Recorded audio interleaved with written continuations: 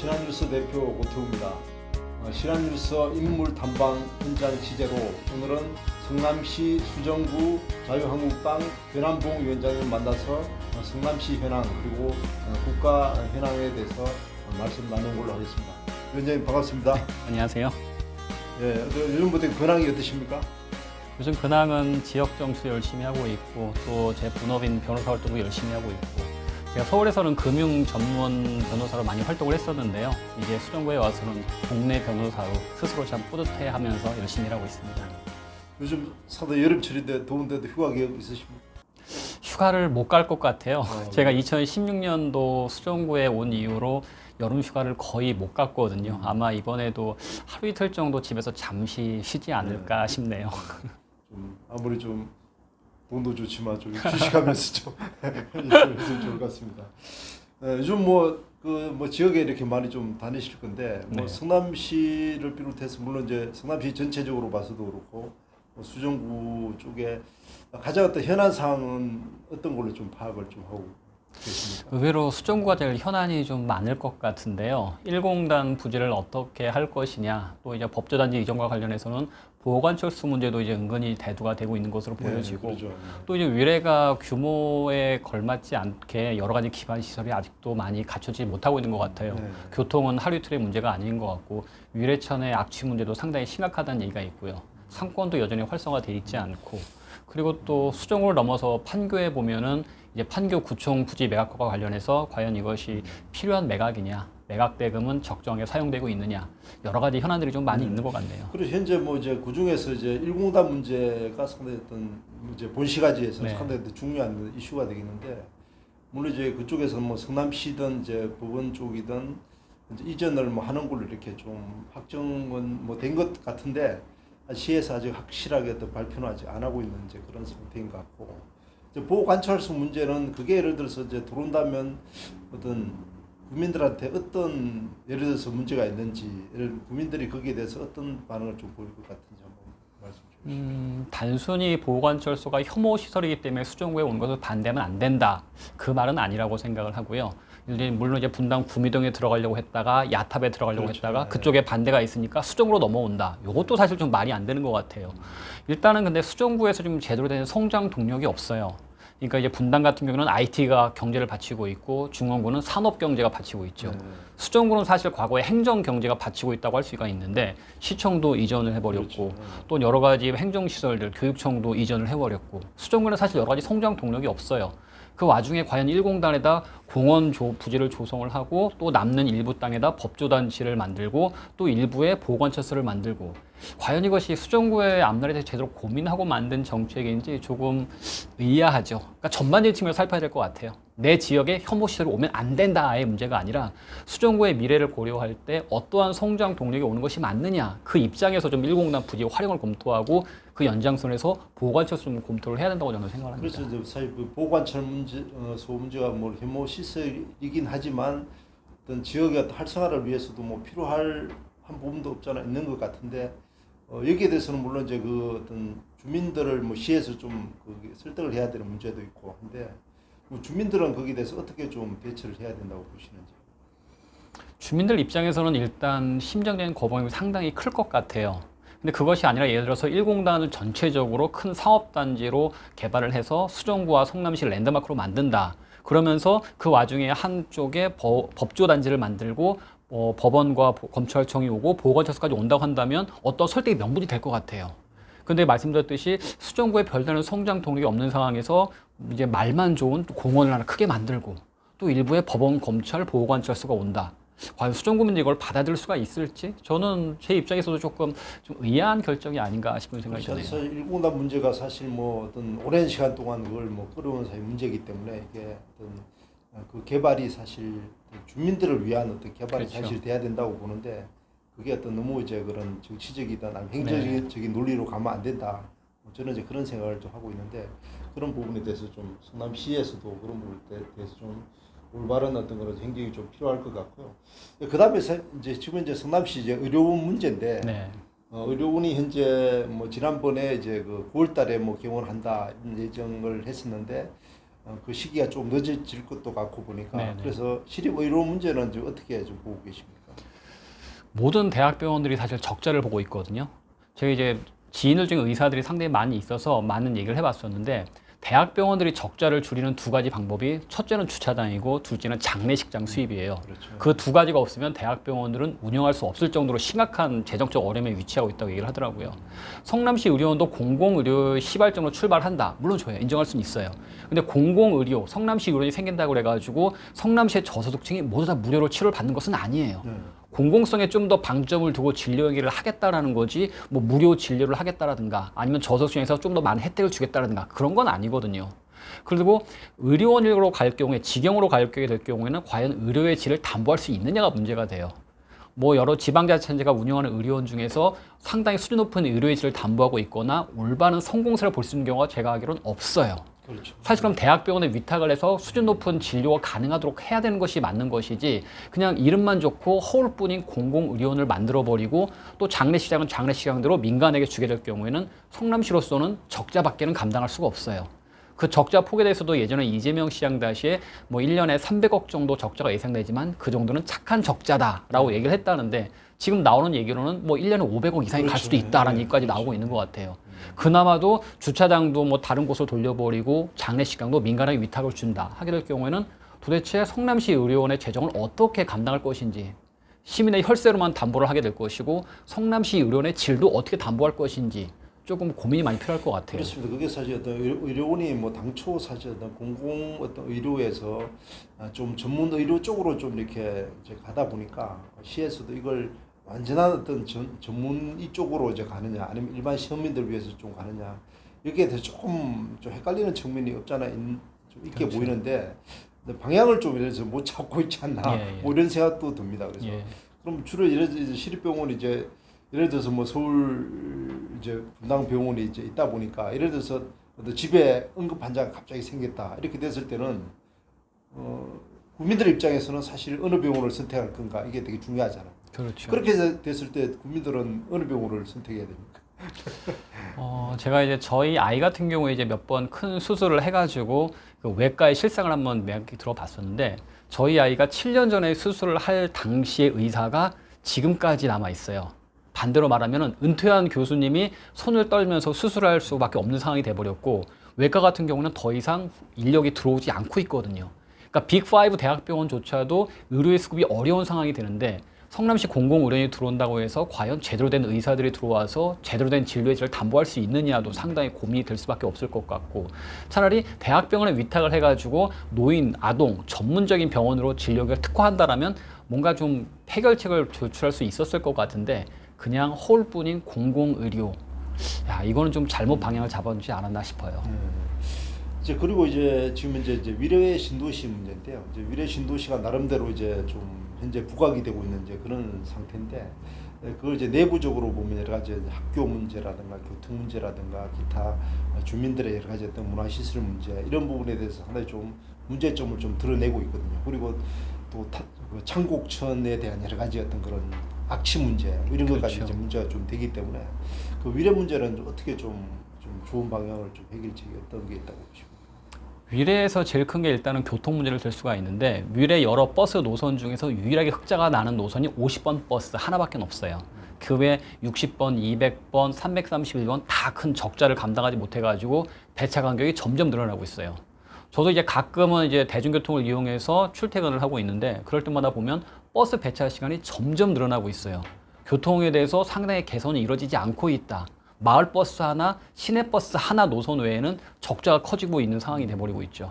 시에서는 그냥 무책임하게 그 개인 사업자들이 법인 사업자들이 노선을 결정하는 건데 시에서 뭐라고 할 수가 없지 않겠느냐. 자기들이 수익 나는 노선을 그렇게 하겠다는데 우리가 어떻게 하겠냐는 무책임한 얘기밖에 못 하고 있어요. 적어도 시에서라면은 좀 노선을 조정해서 좀 일부 노선을 바꿔서 시민들이 원하는 방향으로 하는 게 기본적인 전제가 돼야 될 텐데 그 시에서는 그냥 그 회사들이라는 걸 우리가 어떻게 하겠습니까? 라는 무책임한 얘기밖에 못 하고 있는데 좀 더 적극적으로 들어가야 될 필요가 있지 않느냐 싶은 생각이 들고 있고 교육 문제라든가 기타 뭐 기반 시설된 문제 여전히 심각해요. 아직까지 그냥 손만 놓고 있는 상황인 것 같아요. 아직까지 이제 모든 이제 시설 관리 같은 경우는 이제 그 주택공사에서 아직까지 현재 하고 있는 상태고 네. 아직까지 수정구로 아직 이관이 아직 안 된 상태이기 때문에 이제 수정구로 이제 관할이 넘어오기 전에 사실은 이제 주택공사 쪽에서 상당히 뭔가 좀 기반 시설을 제대로 좀 해야 될 것 같은데 그런 부분이 좀 문제가 현재 좀 있는 것 같더라고요.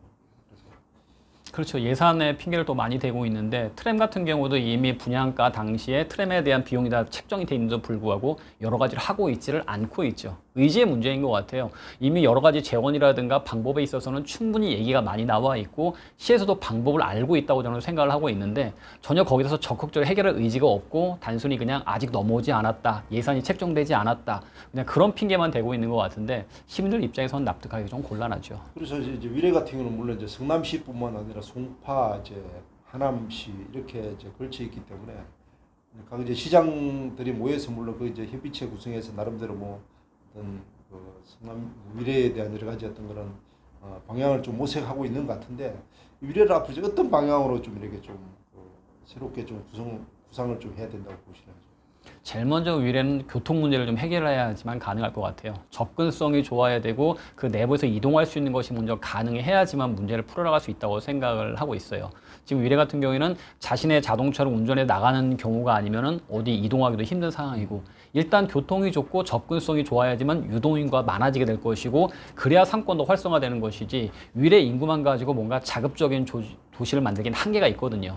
그것이 뭐 예전에 분당, 일산처럼 대규모 신도시가 만들어진다고 한다면 그 자체에서 뭔가 자급자족적인 도시를 만들 수가 있다고 봐요.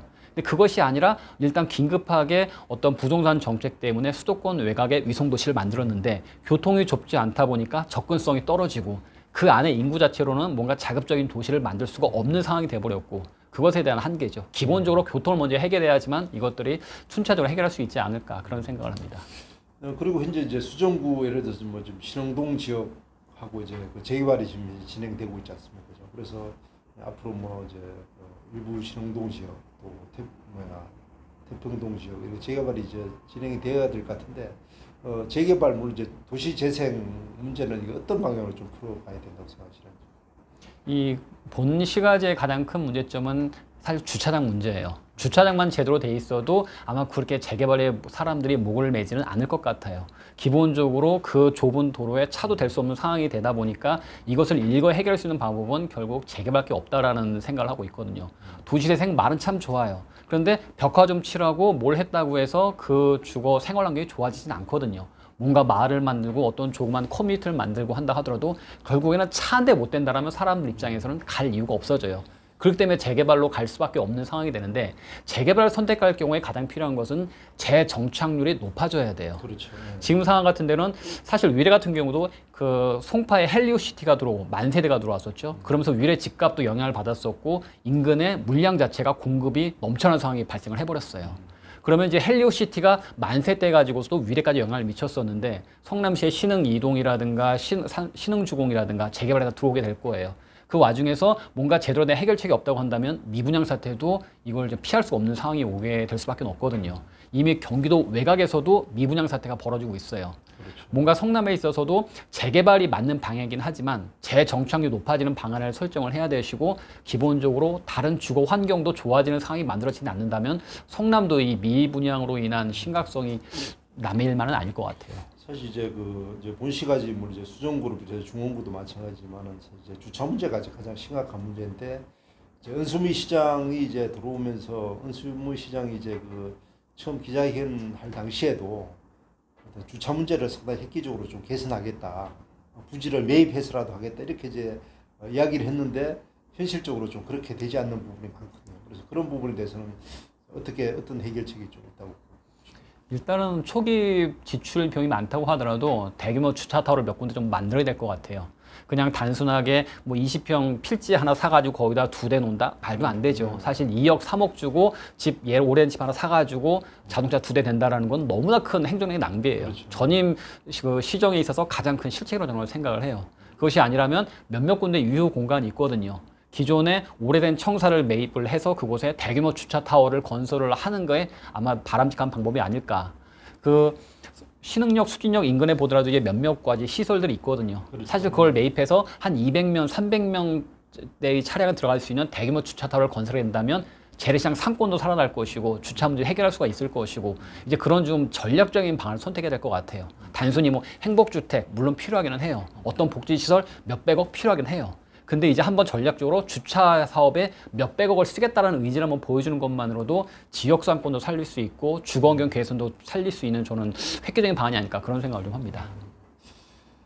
그리고 현재 이제 성남시에서 이제 지난번에 주인한 이제 특례시 문제인데요. 뭐 특례시를 이제 시에서 이제 어떤 주관하다시피 해서 뭐 지역에 있는 데서 간변 단체를 비롯한 여러 가지 지역에 있는 단체들이 특례시에 관한 여러 가지 서명 운동을 전개해 와서 지금 현재는 그게 이제 국회로 현재 넘어가 있는 상태인데 특례시 문제가 상당히 어떤 시민들한테 어떤 예를 들어서 도움이 좀 된다고 보시는지 아니면 어떻게 좀 진단하고 있습니다. 저는 성남시에서 특례시를 추진했던 게 상당히 좀 무책임한 발상이라고 저는 생각을 했었어요. 특례시가 필요하다면 그것은 국회에서 입법을 통해 해결할 사항인 것이지 성남시 96만 주민 중에서 80만이 서명했다고 해서 특례시가 되는 건 절대 아니에요. 물론 필요성을 얘기할 수는 있겠죠. 근데 성남시가 모든 행정력을 동원해서 공무원들과 유관단체 행사 때마다 특례시 필요합니다. 현수막 들고 사진 찍고 붐을 일으키는 것이 과연 특례시 지형에 도움이 되는 것인가? 성남시에 그건 국회의원 5명 있잖아요. 비례의원까지 합쳐서. 그렇죠. 그분들이 적극적으로 추진할 사항인 것이고 성남시는 아까 말씀드린 주차장이라든가 여러 가지 문제가 많아요. 거기에 행정력을 더 쏟아야 되는 건데 특례시에 이렇게 힘을 쏟는 게 과연 맞는 방향이었느냐. 오히려 그야말로 당장 산적한 현안이 많으니까 뭔가 공감할 수 있는 커다란 이슈를 내세워서 사람들의 시선을 끌려는 것이 아닌가. 저는 지극히 무책임한 발상을 생각을 하고 조금 좀 이제 그런 것보다는 좀 시각을 달리해야 되지 않겠느냐. 필요하긴 해요. 필요하긴 한데 과연 것이 성남시가 유관단체와 주민들 동원해서 현수막 들고 특례시 해야 됩니다. 그거는 아니었다고 저는 생각을 해요. 그렇죠. 모든 게 다 어떤 그 행정의 중심사 시민들이 돼야 된다고 보는데 이게 뭐 행정 중심이 좀 되는 게 조금 안타까운 측면이 없잖아 있는 것 같습니다. 좀 현재 좀 현안 문제로 사실 이제 일본 그 경제 보복 문제가 있는데 현재 이제 국민적으로 여러 가지 그 일본 제품 불매 운동이라든가 여행 어떤 그런 금지 문제 이런 것이 상당히 대두되고 있는데 일본의 경제 보복 문제는 좀 어떻게 보고 계십니까? 이건 기본적으로 외교적으로 1차로 해결을 했어야 될 문제였다고 저는 생각을 해요. 근데 이제 정치인들이 반일 감정이라는 것은 우리 국민 대다수가 절대적으로 수긍할 수 없는 문제거든요. 그 반일 감정의 도화선을 건드림으로 인해서 이 현재 경제 어려움이라든가 외교의 어려움을 그쪽으로 시선을 돌리려 하는 것이 아닌가라는 생각이 들어요. 우리가 반일 불매 운동에 불을 지펴서 상당히 뭐 일본이 정말 놀랄 정도로 불매가 된다고 해가지고 한일 관계가 개선된다? 전혀 아니거든요. 오히려 우리 경제가 일본에게 더 예속되어 있는 측면이 많은 상황에서 양국 간의 감정 싸움을 벌이게 될 경우에는 정말 걷잡을 수 없는 상황이 벌어질 수 있다고 생각을 해요. 만약 국민들이 반일 감정의 얘기를 하고 불매운동을 얘기하더라도 정치권에서 외교적으로 풀 사안이니까 우리 국민들 조금 자중합시다 라고 해야 될 상황인 것이지 오히려 정치인들이 나서서 반일 운동하자, 불매하자, 일본의 경제 침탈을 막아야 된다. 정말 저는 무책임하다고 생각을 해요. 근데 사실 이제 정부나 뭐 여당 그 예를 정치권에서는 쉽게 말하면 이제 일본에 대해서 강력한 사실 좀 목소리를 좀 못 내고 있는 편이라고 보고 이걸 이제 그 국민들에 의해서 여러 가지 어떤 그런 이제 불매 운동이 이제 전개되고 있는 것을 좀 정부가 좀 편성하고 있지는 않나 뭐 이런 생각이 좀 들긴 한데 이런 상황에서 정부가 또 어떤 외교력을 좀 펼쳐야 된다고 보시는지. 상당히 실기를 많이 했었죠. 그러니까 상당히 좀 복잡한 얘기가 되겠지만 한일 청구권 협정과 관련해서 이의가 있을 경우에는 먼저 외교적 협의를 해야 되고 그 다음에 제3국의 중재를 요청해서 문제를 해결하는 방법들이 규정이 돼 있었어요. 과거 이제 위안부 문제라든가 여러 가지 문제가 나왔을 때 일본에서는 그 협정에 따라서 외교적 협의를 하자라고 얘기를 했을 때 우리는 거기에 대해서 전혀 얘기를 하지 않았었죠. 그리고 이제 일본에서 중재를 하자 했을 때도 우리 정부에 대해서는 그렇게 갈 수 없다.